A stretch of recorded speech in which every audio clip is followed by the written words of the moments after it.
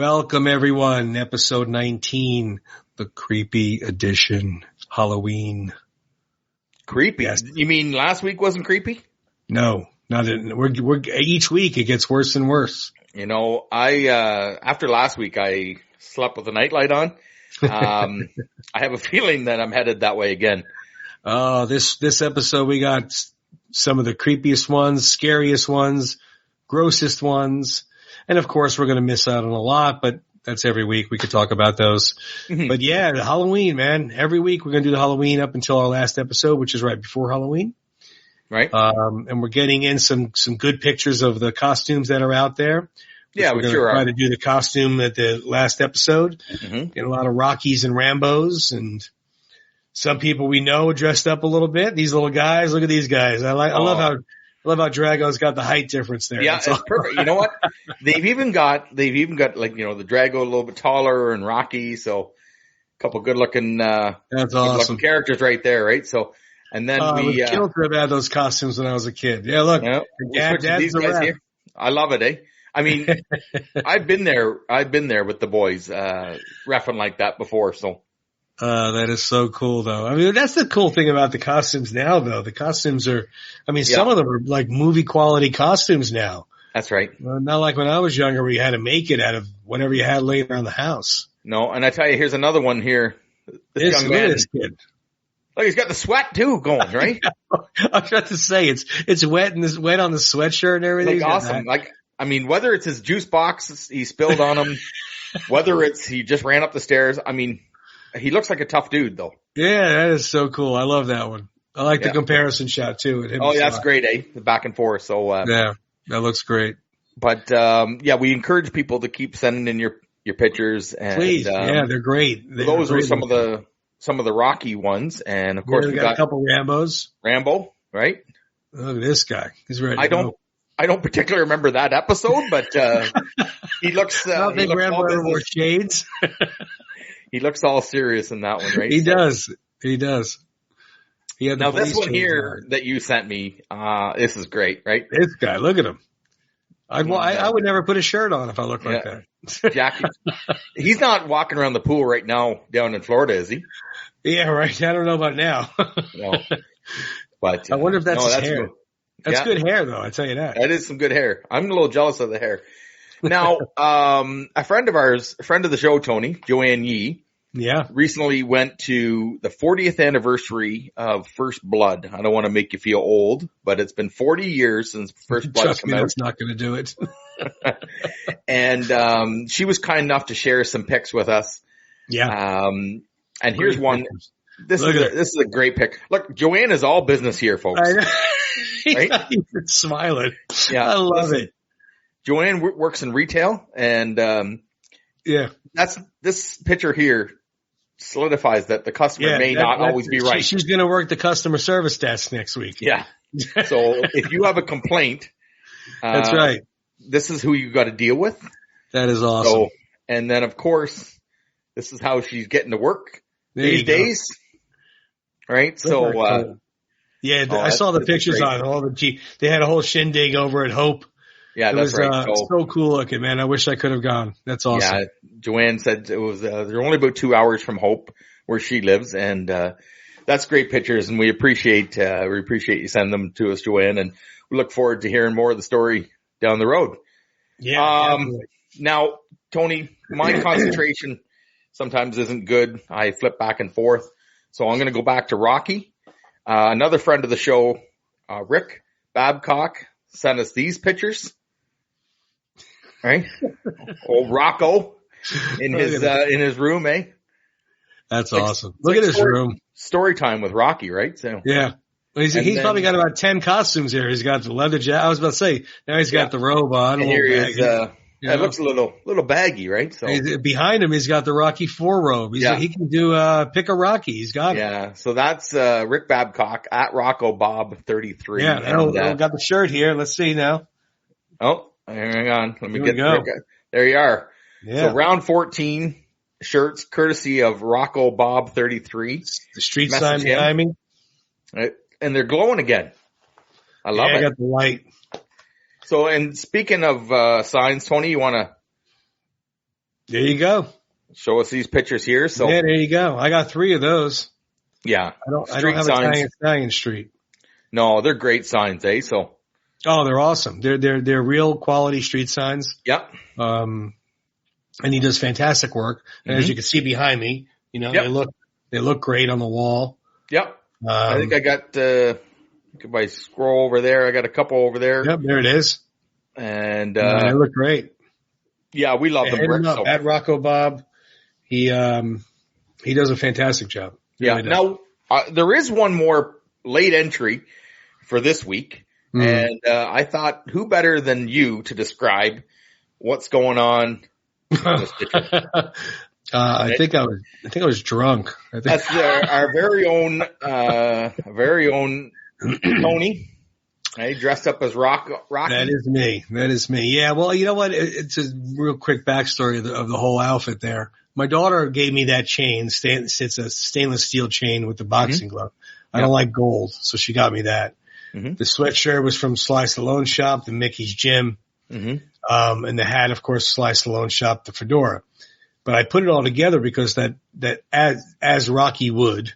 Yeah. In a thrift shop, my daughter was looking for some stuff that she had to make for a school project. And, I was in there with her and I found, that leather jacket, which looked almost exact compared to his. Right. And it was $20. I mean, It was real leather. So I mean, even if it's a little off, even if it was all tight, I had to buy it for $20, even if I just hung it up. You know something? So, I honestly believe that is the Rocky mentality. I think if Rocky was in a shop, and maybe, if you bumped into Rocky on the street and you say, "Hey, Rock, where'd you get that jacket?" "Oh, just down here. This place over in the corner." So-and-so's thrift shop. He's not taking you. Yeah, Rocky makes his Halloween costumes. He definitely doesn't go buy them off the shelf. So no, that's right. So they're not catered. They're off the rack. Yeah, I didn't go knocking on anybody's door that night, so that's good. I just took that picture. That was it. So. Oh, that's great. But like I said, we look forward to more pictures, guys. Send them to Round 14 Podcast, and we'll put them here and we'll put them up on our page, and then end of the month we'll go over some of our favorites. Yeah, we're just going to have fun with it. Just go over the favorites. No, it's not a serious thing. I mean, you could either send them to us on Instagram. At the end of the show, we show our email address. You could email them to us if you want. Whatever's easier for you, whatever makes more sense. But yeah, keep them coming, man. They're great. They are fantastic. You guys are definitely original. And some of them look really good. They look really good. Yeah. No, so this week we got a couple of decades where horror movies took a whole step further than they were going to. They left the cheeky 50s and 60s, the Blob and the corny horror movies, and they started taking some real stuff going on. So the 70s is where we started off this year. Yeah, and I mean, we start off with a humdinger, right? So we start off with some say arguably is still the scariest movie ever. Yep. And it's The Exorcist. Now, 1973, this came out. 1973. I mean, it's a novel by William Peter Blatty. It was done before the novel came out before the movie. And I was very young when that came out, but I do remember a lot of the talk about it. Okay, so let me ask you this. How old were you when you saw The Exorcist? When I saw it? Yeah, when you first saw it. You know what? It took me a while to see it because I'm not going to lie to you. I guess it was because so much of the hype scared me to death. The commercials on TV and on the radio, and I'll go over that in a second. So the TV commercials was just the camera panning down the hallway to the door. Yeah. And all you heard was screaming and banging and, and the creepy music going down there. And the radio spot, I don't know if you remember the Exorcist song, but it had like that chime of bells going on there. We'll put it up when we do our promos. Well, I'll use that music so people can see what it was. It was on the radio. And I remember being in my dad's car and it would come on the radio. I get all freaked out if it was dark. People were saying how scary it was.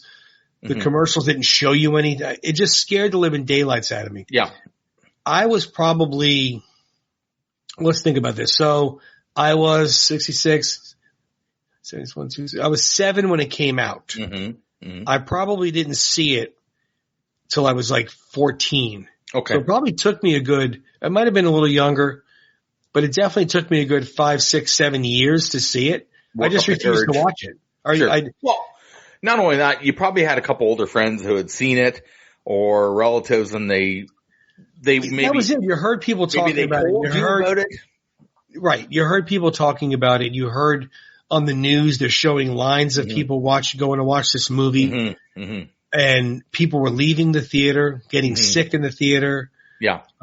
Just getting so scared they couldn't stay in the theater anymore. Yeah. Mentally, it just played with me as a 7, 8, 9, 10-year-old where I couldn't watch it. I could not watch. There was no way I was watching that movie. No. I finally got up enough courage to watch that movie.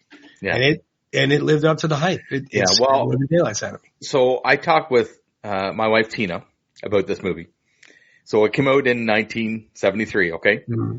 Tina was born. I can't give you those classifications of the date Tina was born. Classified information. Come on. But let me tell you something. Tina watched this movie. Well, let me back that up.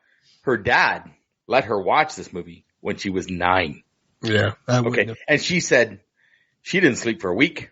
Yeah. So she said it scared the living crap out of her. I mean, it has the full package, and it could still hold up for today. It has the scariness. It has the shock factor. Yeah. To me, somebody running around killing people, killing teenagers at a high school with a machete is scary. In a movie now. Let's not get too far. But when you're dealing with the devil and evil and things that you can't stop. Yeah. You can't just go grab this guy and tie him up. No. It's just scary. And then you got the makeup and the time it happened, because you got to remember back in the 70s, there weren't movies like this. No. Like I said, there was Frankenstein and Dracula and Wolfman and the Blob. And they were almost corny, right? Almost, yeah. I mean, they weren't really scary. Like you knew it was coming. You got a little bit of a shock value, but it wasn't. But also, it never dealt with anything that was like a demonic possession or something that was evil. No, there was always someone that was doing the damage, doing the killing. This one here lived up to the hype, and it spawned off a few sequels. Not very good, 2 and 3, and then it wasn't remade verbatim. But they went off on some more Exorcist movies where another boy was possessed, or this one was possessed. Supposedly, I don't know how true it is. Supposedly, the person that did the Halloween trilogy, the newer one, is doing an Exorcist trilogy and remaking the first 3. Linda Blair, who was only 12 or 14 or 16 at the time, played the little girl Reagan who was possessed. And I mean, that poor kid. Can you imagine being that kid? 12 years old. It's just this, oh my goodness. Yeah. Max von Sydow was the priest, the mom, Ellen Bernstein. It was such a well done movie. I mean, I did not read the book, obviously that at that age. I read the book later on in life when I was in my 20s. And the book had a lot going on. I mean, the book really, of course, you're up here too with the book. That's right. So you're creating it all. But it definitely, if people say, like, a lot of times people say, oh, that's still the greatest movie. That's still the best movie. And it's that old, you kind of think to yourself, oh, come on. But you watch it holds up. Me. It holds up. I tell you that. It holds up is right. It scared the living daylights out of me then, and it's creepy now. Well, I was flipping through the other night because I knew we were doing these on the list. And I said, hey, Tina, what? Exorcist. All of a sudden she was gone. She wasn't even in the room because I'm not watching that. I've seen that. Right. And, we didn't watch it that night. So no, it's definitely so it's scary. It's mentally scary. Like I said, when you're dealing with demons and devil, and it's something that you just can't grab and stop. Yeah. So it freaks you out. But also too in hindsight, it's what led me to really like horror movies from that point forward. Yeah. I mean, everything we're going to talk about for the next 2 weeks, 3 weeks, I've enjoyed, and I like the horror genre because of that and because of how it did to me. I mean, I remember the true story. I used to go into my dad had a 67 Mustang, It was parked in the driveway. And back then the cars, you could turn the radio on without the keys. Mm-hmm. And I used to sit in the driver's seat and pretend I was driving. I was, like I told you, I was 7 or 8 years old when this movie came out. And so I would sit in the driver's seat and pretend I was driving and pretend I was, going speeding around the racetrack or whatever I was doing. Mm-hmm. And I had the radio on. And then this song would come on from the Exorcist commercial. I'd get all freaked out and shut the radio off and run out of the car and run out of my room. It messed with you mentally. It just, scary movie. Definitely holds up to the hype. I tell you that. So as we drowned talking to that to death, next up on our list for the 70s was the Texas Chainsaw Massacre. Yeah. And this one here was based on a true story, based on Ed Gein, who, used the skin of his victims and put him on that's why he's called Leatherface, put him on his face and had them as lampshades and whatnot in his house. So they took that story a step further, obviously. And I do believe they truly created and started the teen slasher genre of films. Because before that, there was no movies like that where somebody was just running around rampant killing teenagers. No. And this one here, for its time, was extremely gory, extremely scary. It showed you a lot. A lot of times these movies don't show you the gross factor, so to speak. Yeah. Yeah. This one did. This one showed it to you. So it was, and it led to a lot of sequels. Right. It led to, I believe, 2 remakes of the original, if I remember correctly. And again, I do think it started creating where you had Sleepaway Camp and Prom Night and, all of those teen slasher movies that everybody watches and knows that they have no substance, but you watch them anyway, so it's a little different. Right. But that one there for its time was and also too, the ratings. Back then, the ratings were very ambiguous as they are, not as they are now, where they're very strict. Back then, they showed a lot in R rating. Yeah. And of course, being 10, 12-year-olds, we know nothing about sneaking into an R-rated movie. No. You see something like this and you're like, whoa. Yeah. Maybe I should have went to see that PG movie as I was supposed to. Yeah. Oh, crazy. Next one after that was Dawn of the Dead. And this one here, George Romero started his zombie, I don't want to say franchise. Really. Yeah, I would say that. Yeah. Night of the Living Dead was back in the 60s and that was done. But this one here, again, showed a lot, showed the actual zombies eating people. Yeah. So it really grossed everybody out. And that was what the hype was and the talk. Oh my God, you see him, he eats this guy, he's doing this with his intestines and he's, so that shock factor was there. The zombie movies, to me, I can't speak for anybody else, but to me, that's what they are. They're shock factor. Yeah. They don't get into your head. They don't, they're just zombies running around trying to eat you and jump out of nowhere when they're not supposed to. And again, this one led to a lot of sequels. And of course, I know I'm probably one of the first, if not the only person that has not watched the TV show The Walking Dead, but this one, I'm sure Walking Dead spawned from this. Sure. They all did. To a point, yeah. Well, the zombie movies did. And, obviously they're still going. They're still going strong. The Walking Dead, I believe, is done as a TV show, but didn't it spawn off 5 or 6 different, spin-offs? Yeah, there's at least 2 anyways. Spin-offs. Okay. I might be wrong on that, and I apologize, but I didn't watch any of them. No, and it's very popular, right? Like really popular. Like I don't want to say it's cult following. It's got a following, like some of these. Yeah, I wouldn't say a cult following either. No. That's usually something that really not a lot of people know of, but a handful do. But this is just massive. It's huge. It's worldwide. And it's been going on for what, a decade? I mean, it's been at least maybe more. Maybe more. Not only that, they bring out some of these video games.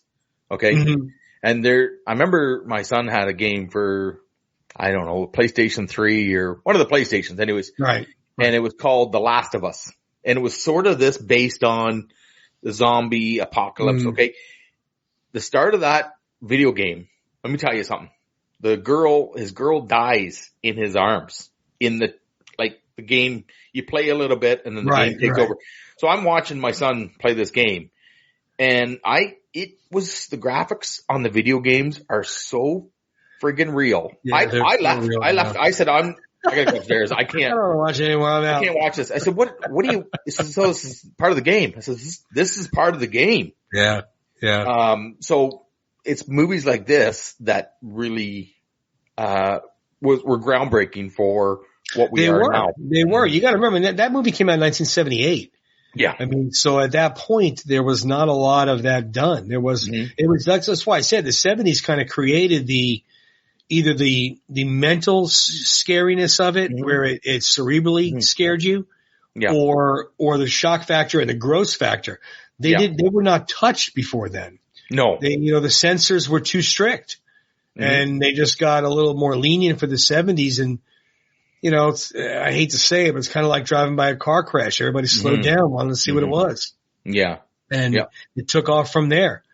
Next on the list was 1979 was the Amityville Horror.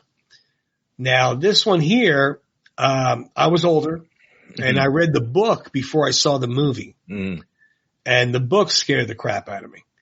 That poster right there scared the crap out of me, right? For God's sakes. I knew a lot of people because that one there it's Amityville's in New York, in Long Island, New York. But I knew a handful of people that had gone to see the house after the movie was released.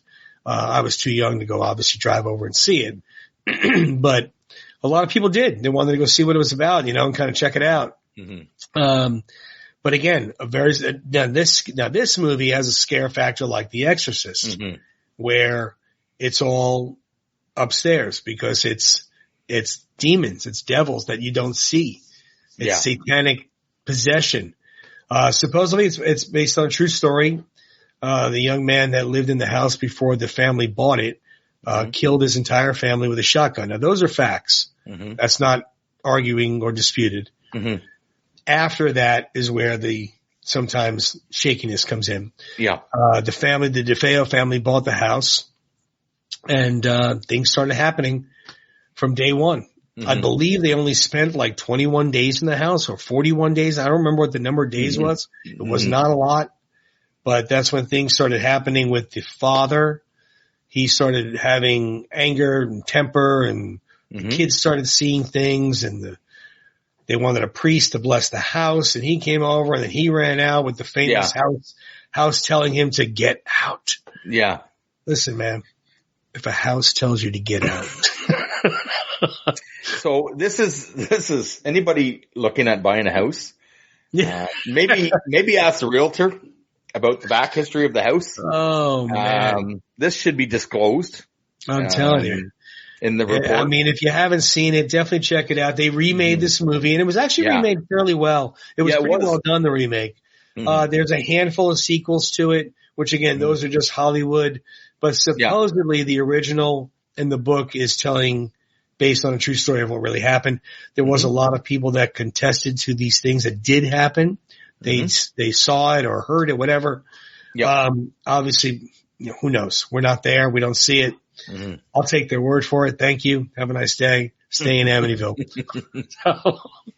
Next one up is 1976. I know we're backtracking on years a little bit. Yeah. But it's the Omen. Little Damien. You know what? Boy. I think there was something wrong with that kid. I really do. And not right. You know what's so funny is like when you just look at the kid, there's something wrong. That's not right. Something's off. Yeah. Right? There's something off. So this one here again is the storyline is that he's the devil's son. And, that's not a dad you want. So no. Creepiness times 10. That's, I haven't seen this.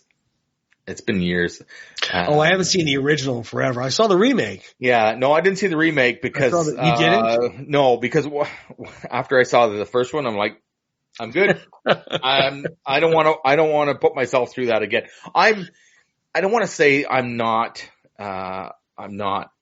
like massively into the horror. I'm usually watch it once and Like some of these, like Poltergeist, like Exorcist. Right.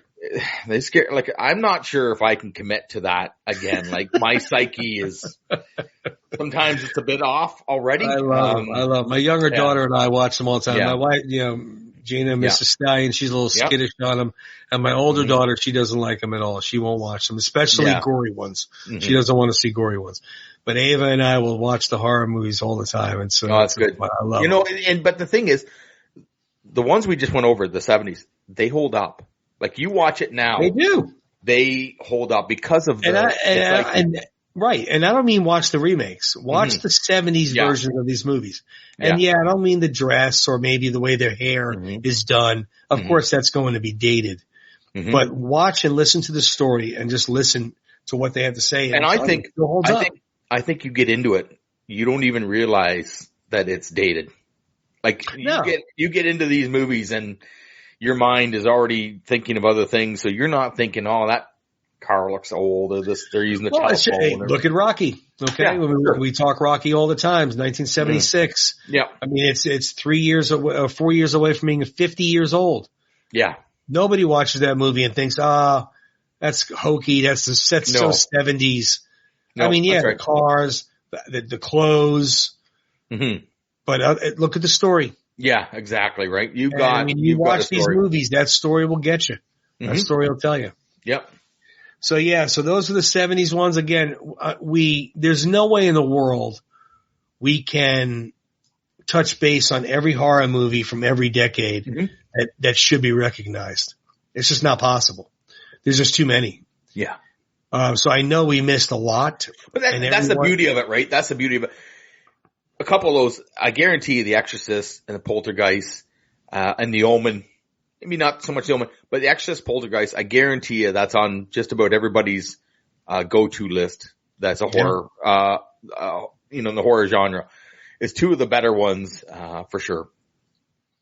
So the 80s come up, and the 80s has, and now we're going to be leaving off a few movies, which we'll explain at the end of this little list here. Yeah. The 80s horror movies. Now the 80s started having a lot of the teen slasher movies, which were not as scary, creepy, mental movies or they were shock factor, stabbing somebody, some nudity, showing what you had to show. But some of them were pretty good. But again, there's a ton we're not mentioning. We know that. I mean, you can leave them in the comments. We could bring them up, but there's no way we could touch them all. Yeah.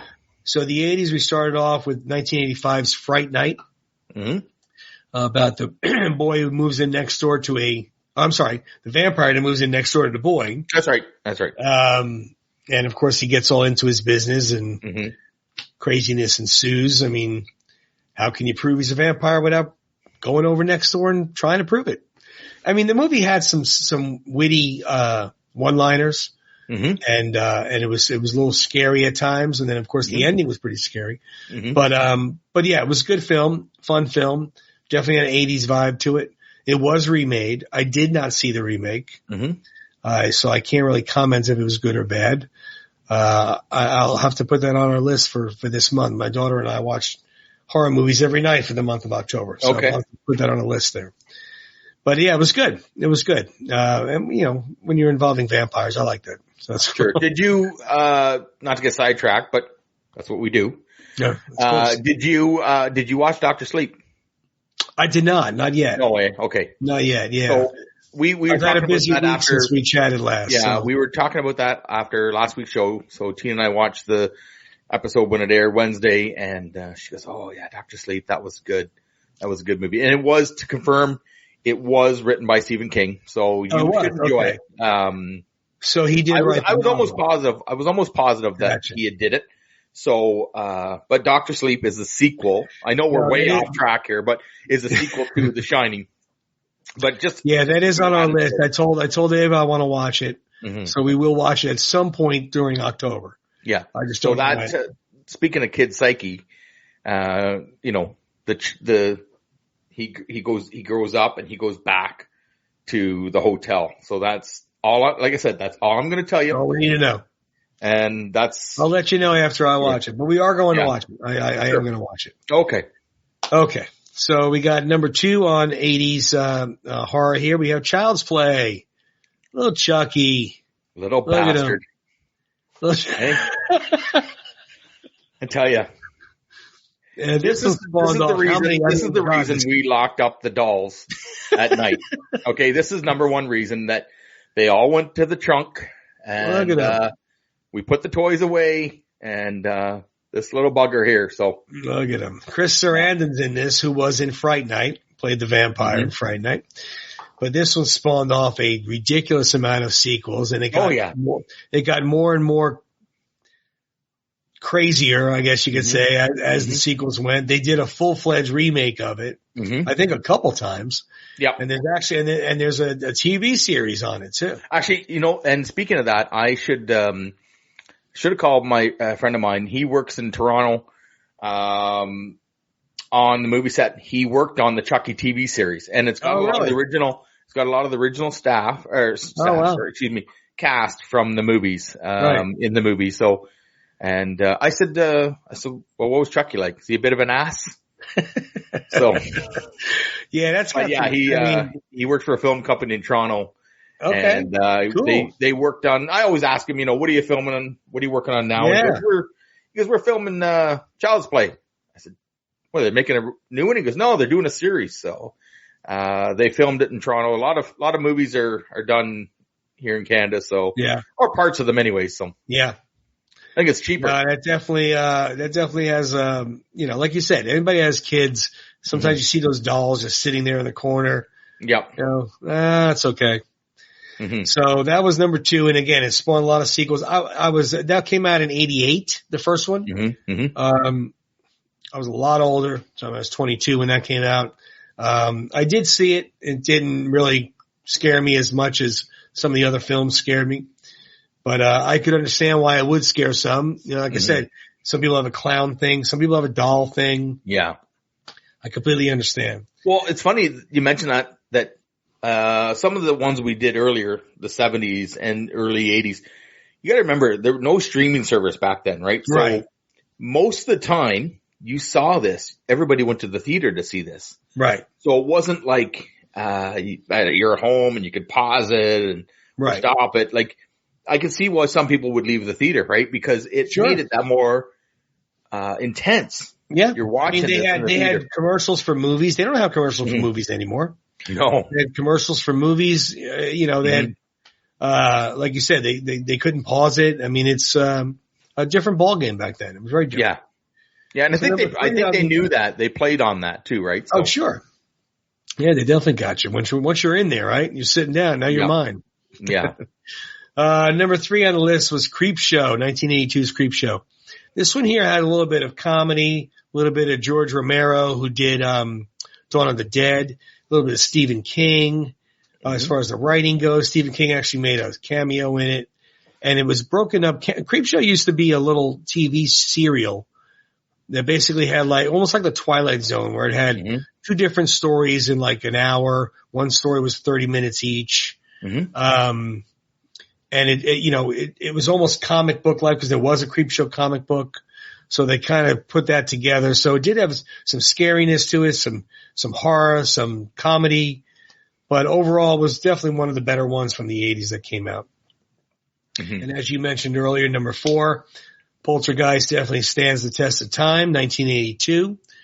I don't know who was creepier, the girl or the little midget lady that tried to come and help them. So, that one was remade too. That cracks me up that Poltergeist was remade. I mean, but again, demons you don't see, spirits, devils, possession. This movie was based on the fact that the house was built on the Indian burial ground. So a lot happened after that when the little girl, and supposedly, not much truth there is to this. Supposedly there was a lot of eerie things and unknown supernatural things going on set. Right. From that movie. And then that little girl died too, relatively young. After the movie. I mean, she was in her 20s or teens or whatever, but she there's supposed to be a lot of things that happen on that movie set. If you Google that, 1982 Poltergeist and look it up, there's supposedly some stuff that happened. So again, can't confirm, can't deny. All you can do is read and make your choice for yourself. Yeah, I think that's one of the things that draws people to these movies is the movies and how they play on the psyche, but every movie seems to have a bit of a backstory, whether it's an urban legend, whether it's facts, and then twisted a little bit, but they all have a little bit of a backstory, like the end of a horror, that house, right? Like, I'm not going there. I'm not going there. I hope, you know what? You let me know how it is, because I'll take your word for it. But I think that's part of the draw or the allure for these movies, right? Well, sure. I mean, people that are into it, even as scared as they are, it's the adrenaline. It's just like the people that like, skydiving or mountain climbing or dirt bike riding or whatever they're doing. They like the adrenaline rush. They like the on the edge. And same thing with those people there, that they like the horror movies. And when they go check out the backstories, they go to the supposed haunted house or cemetery or hotel. They like that rush, that feeling. Mm-hmm. I do not. I like watching it on the movies. Yeah. I'll watch it all day long on the movies. I'm not going to no cemetery or some house where some evil spirit can latch on to me. That's all right. I'll take the Rocky steps. Hey, exactly. I'll go back to the Rocky. I'll go there every week. Maybe Victor Cafe for dinner. I'll go there every we'll week, that. my friend. There we go. All right. What's next? So next up was Evil Dead, 1981 Evil Dead. This spawned off a whole bunch of different sequels of Evil Dead movies. Mm-hmm. Now this movie did play off of the spiritual stuff. I remember this movie when I saw it, and I don't know what year I saw it. I know I did not see it in 81. It might have been 82 or 83 because back when the movies came out. So if this movie came out in 81, it wouldn't have been on cable, HBO, we call cable, the premium channel, HBO, Showtime, whatever it may be. It wouldn't have been on there for probably like 2 years. Mm-hmm. Shows you guys how spoiled you are. The movie comes out Monday. You have it. You can watch it on your TV on Thursday. Yeah. But, this one here, so just say it was 82 for sake of argument. So I was 16. Mm-hmm. And I hadn't seen a movie that really scared me since The Exorcist. Right. So in the beginning of this movie, those of you that haven't seen it, again, this movie's 40 years old. Sure. The one scene that scared the death out of me, it was in the cabin, which is of course the cabin in the middle of the woods, in the middle of nowhere, it's a cabin, a bunch of kids. And there was a girl who was facing the window playing cards, playing solitaire. Mm-hmm. And this is right, and there was the floor, door to the buried basement or whatever it was kept shaking, and she's calling, she's putting her cards down.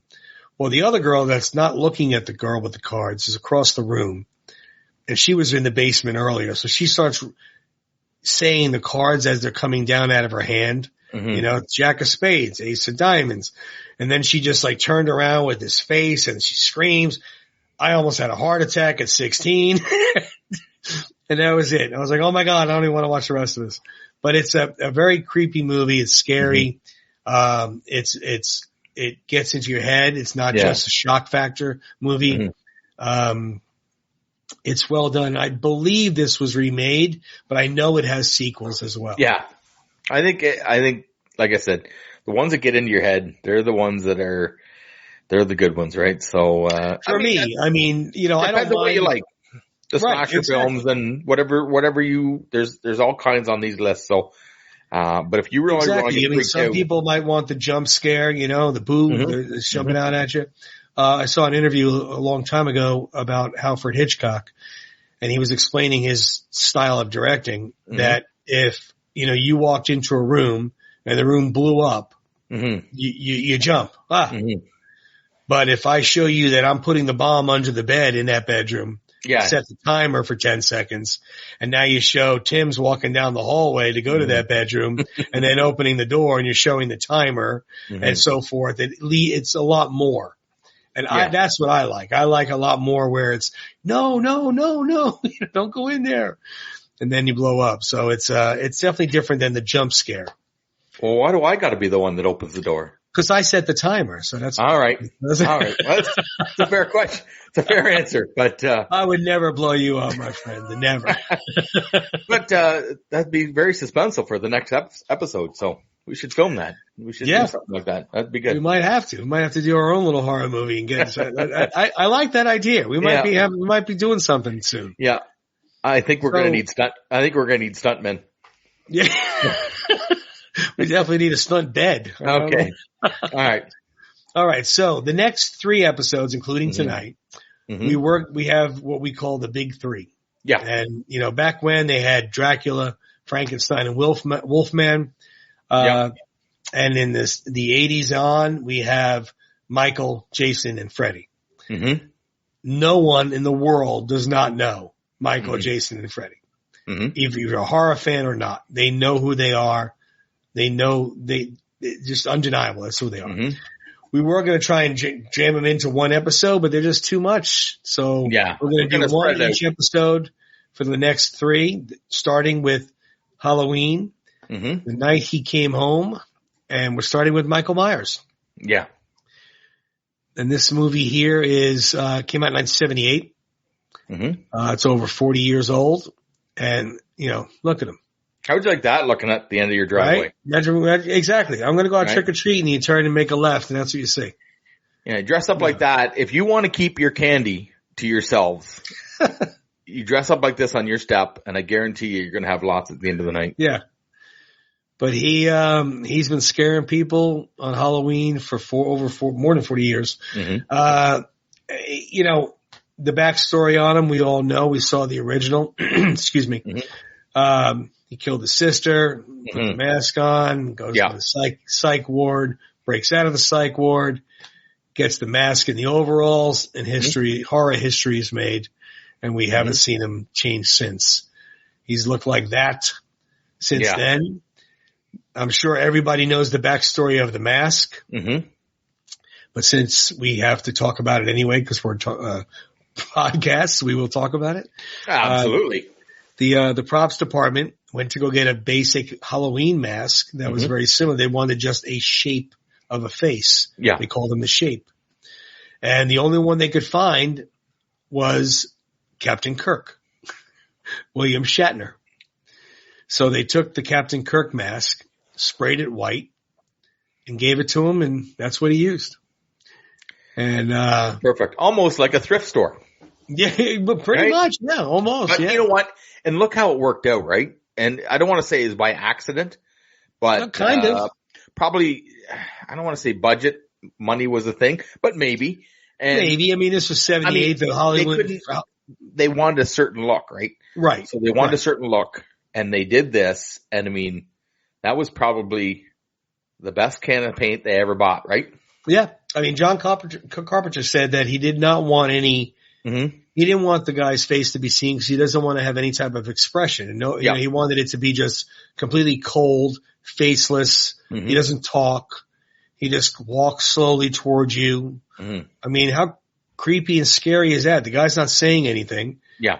He doesn't have a face on, so you're just looking at the mask, and he doesn't ever stop. He just keeps coming.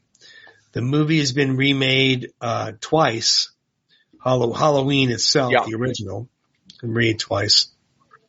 Halloween 2 was remade once, and then there was a ton of sequels for Halloween, and then there was the Rob Zombie Halloweens where they did 2 of them, and then of course the most recent where they did Halloween, Halloween Kills, and Halloween Ends, where you can see Miss Jamie Lee Curtis over there who plays Laurie Strode. Right. In the later years, she's obviously older there.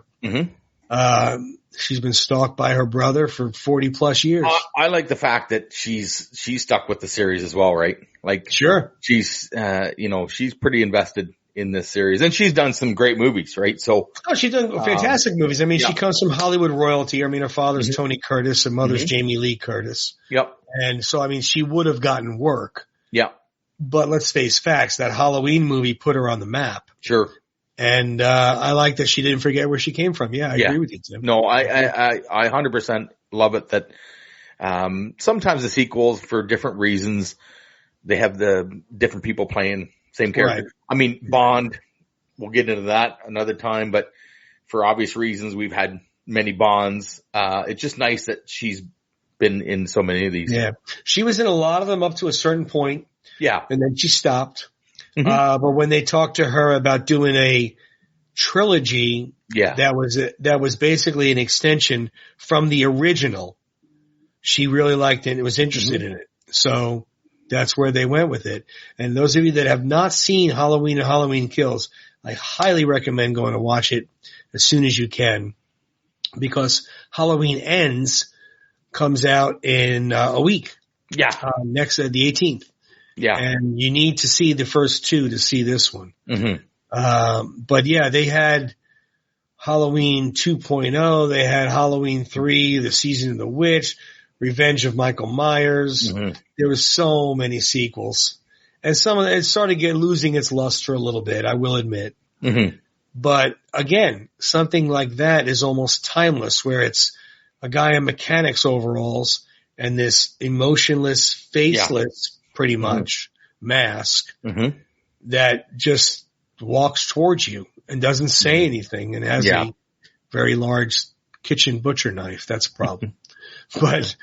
But he, and again, whether you like horror movies, you only saw it once, you saw some horror movies, you never saw Halloween. Everyone knows Michael Myers. Yeah, that's right. Yeah, everybody knows that mask, and maybe, I don't want to say everybody's probably wore it once for Halloween because it's easy, right? Well, overall, sure. I mean, throw a mask on, and then that's another great point, Tim. I mean, you look out on Halloween. I mean, my girls now are too old; they don't go trick or treating anymore. But I mean, when you're walking around the neighborhoods in Halloween, you're guaranteed to see at least one Michael, right? And it's usually a kid that's a little older. Yeah. Usually, I mean, you're not going to really see a 5-year-old dressed up as Michael. Now, I don't know. I've got to find it again, and we'll put it up. There's a guy on Instagram that does a lot of Michael Myers posts, and his wife will come home, and there's one, the best, I gotta find it. He's on a bicycle with a little trailer, like, you know, like you pull the kids in. Right. Like with the little covered trailer. Right, well, yeah. And she pulls up and she says, "What are you doing?" And he's just as Michael? He's got the coveralls on, the work boots, and the mask, and he never says a word to her. He just looks at her like the Michael Myers, Michael would. Right? No, he doesn't have the knife out. Right. So picture him on the bike, right. Broad daylight, like 4:00 in the afternoon, and he's out in front of their cul-de-sac, and she goes, "Can you not do anything normal?" And then she goes, "What is that? What is that? Is that real?" In the little trailer is their child dressed as Michael Myers. And she goes, "Oh my God. Oh, that's awesome. In the house right now. Both of you get in the house." So I'm going to get it to you. We'll find it and we'll put it up. That's hysterical. And there's another one where they're in I think it's a department store, and he gets up and starts playing the theme music, and she goes, "No, please don't, please." And he's that one up I in the saw. store. That one I saw. He was sitting down. So it's the same guy. Went to the piano. It's the same guy. Oh, is it? The one on the bicycle is when she sees the little Michael Myers, and she's like, what is that? Is that real? And the kid turns like this and just goes, "Hey, mommy." Oh, he doesn't say anything? The mother is just, and neither one of them says a word. No, they're awesome. both, that's good awesome. Stuff. I mean, get into the Halloween. I got to find the one with the wagon, because I saw the piano one. He walks up and he goes to the piano and he starts playing the theme song. That one's amazing. Yeah, but he does it all the time to her, and she's living with this. On a I mean, it's like I said, it's universal. It's been around it'll be around forever. I mean, Frankenstein, Dracula, Wolf, they've been around forever. They've been around since the 40s and 50s. Michael will be around forever. He'll be scaring people, killing people, for as long as there is movies and Halloween. Yep. And, You know, it's something that you go out on Halloween and you see them. It's still creepy. I mean, you drive around, and when you're driving around on Halloween night and you see someone dressed like that, I don't know what it is. It's still something that is creepy to see. Yeah. It's a great, like, it's a slam dunk, right? Like if you're out on October 31st, 4:00 and you're racing around, you see that mask, coveralls, it's a cheap costume to put together and it still works, you know? If you get a fake knife, we want to stress that. Yeah. Fake knife. And make sure it's plastic. But, rubber would be good. Yeah. But, you know, a lot of the younger kids, the little guys might not know, but the teenagers certainly do, and the older. Yeah, that's what I'm saying. I mean, you definitely, when you do see them, it's usually somebody who's a little older. I would say youngest, 12, 13, but definitely the teenagers know what it is by now. And especially with the last trilogy that came out, which has been in later years, so they get to see it. Like you said, great costume, quick, easy costume. But yeah, Michael Myers is the first of our 3-part of the heavy hitters, the Mount Rushmore of Halloween. Yeah. Michael's first, and next week and the week after we will cover the other two, which you know, everybody knows the other two, and we'll cover some more movies and more costumes and some movies that aren't as scary as you might think for Halloween. Not everybody likes the truly scary ones. Yeah, we haven't left out the folks that like a Halloween themed movie, we'll call it. Yeah. Yeah. But not, we're going to get into some thrills, like Tony said, but we're going to get into some laughs if you guys know where we're going. I think you do. Yeah. Yeah, I think so. But yeah, that's about it for this one here. Well, that was great. I'm going to sleep again with my light on now. You don't want to think of Michael? You want to see Michael again? No, actually, I actually watched Halloween, the other night. Like the original? Yep. Very first one. We went right back to the start. Turned all the lights out and, started watching at 11:30 at night. I don't know why that. I have no idea why at 11:30 at night I decided to watch one of the scariest movies there are. But it's the way to do it, you know. Yeah. We have to have every light off, and Ava and I watch them. Can't have any lights on, pitch black. No, it's the way to do it. But yeah, this was good. You're going in, you're going all in. That's it. This was good. I like talking about these movies. Next week we got some 90s and 2000s coming up, and we got another guy off the mountain of the Mount Rushmore of horror. And again, we have some more costumes, I'm sure. Hopefully, send them in, guys. We like seeing them. We like posting them.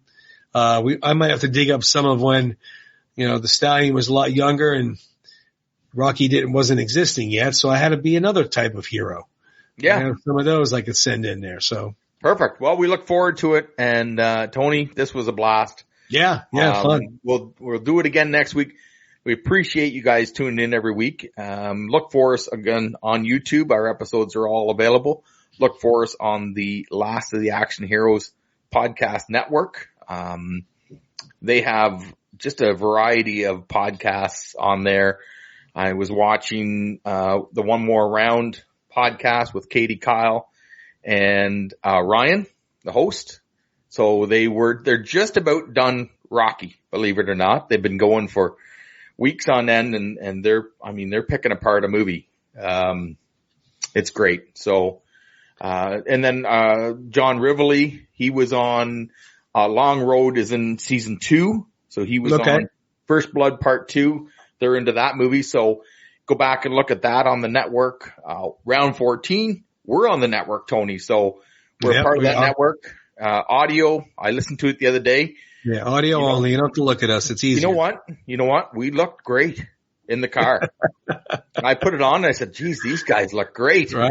Look at those. They are good looking bunch right there. Ace for radio, I tell you. No, I'm just kidding. That's it. Anyways, Tony, this was great. Thanks very much. Of course. Thank you, my friend. It was good times. We'll see everybody next week. All right, guys. See ya.